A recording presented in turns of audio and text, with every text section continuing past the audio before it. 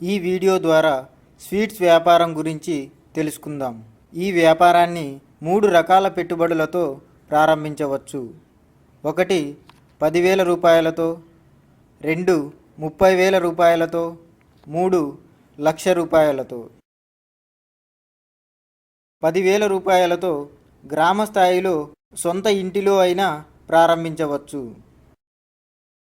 30,000 రూపాయలతో మండల స్థాయిలో ఒక బండి మీద పెట్టుకొని ప్రారంభించవచ్చు.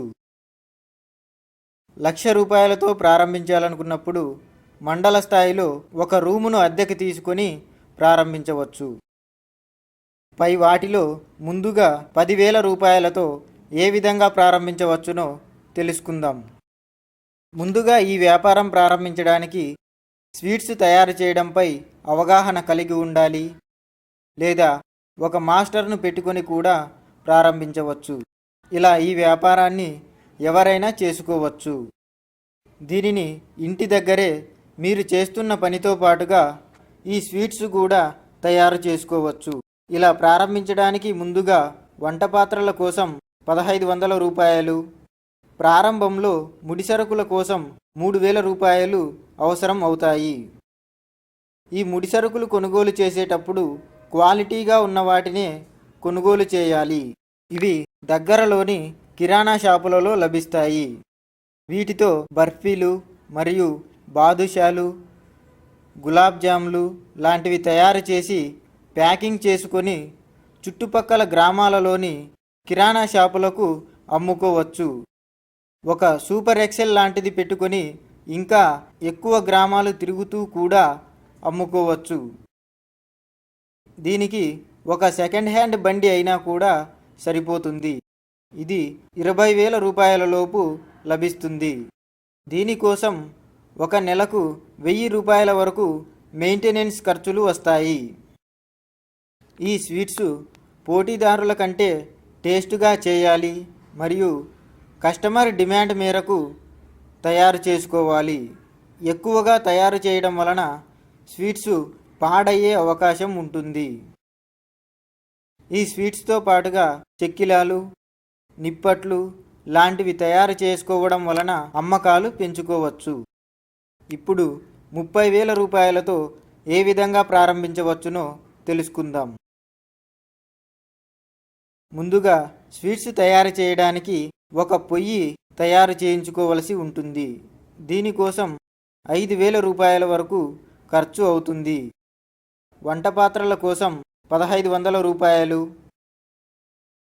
తోపుడు బండి కోసం 12,000 నుండి 15,000 రూపాయల లోపు అవసరం అవుతుంది. సెకండ్ హ్యాండ్ బండిని కూడా తీసుకోవచ్చు. ఇది 7,000 రూపాయల నుండి 8,000 రూపాయల లోపు తీసుకొని ప్రారంభించవచ్చు. వ్యాపారం ప్రారంభంలో రా మెటీరియల్ కోసం 10,000 రూపాయల వరకు అవసరం అవుతుంది. ఇది దగ్గరలోని కిరాణా షాపులలో లభిస్తాయి. వీటితో లడ్డు, మైసూర్ పాకు, బాదుషాలు, గులాబ్ జాములు, బర్ఫీలు లాంటివి తయారు చేసుకొని ఒక తోపుడు బండి మీద పెట్టుకొని ఈ బండిని మెయిన్ సెంటర్లలో పెట్టుకొని అమ్ముకోవలసి ఉంటుంది. ఇలా ఈ వ్యాపారాన్ని స్వీట్స్ తయారు చేయడంపై అవగాహన ఉన్నవారు ఎవరైనా చేసుకోవచ్చు. ఈ స్వీట్స్తో పాటుగా చిప్సు, మిక్చరు, బూందీ లాంటివి తయారు చేసి అమ్మడం వలన అమ్మకాలు పెంచుకోవచ్చు. ఇప్పుడు 1,00,000 రూపాయలతో ఏ విధంగా ప్రారంభించవచ్చునో తెలుసుకుందాం. ఒక మండల స్థాయిలో మెయిన్ సెంటర్లలో ఒక రూమును అద్దెకు తీసుకోవాలి. దీని అద్దె మీరు ప్రారంభించాలనుకున్న ప్రదేశాన్ని బట్టి ఉంటుంది. ముందుగా ఈ రూము కోసం కొంత అడ్వాన్సు చెల్లించాల్సి ఉంటుంది. ఇలా రూమును అద్దెకు తీసుకొని రకరకాల స్వీట్స్ను ఇంటి దగ్గరే తయారు చేసుకొని ఈ స్వీట్స్ షాపులో పెట్టుకొని అమ్ముకోవచ్చు. ఇలా ప్రారంభించడానికి 2 లేదా 3 కూలీలు అవసరం అవుతారు. వీరికి నెలకు 3,500 నుండి 4,500 రూపాయల వరకు వేతనం ఉంటుంది.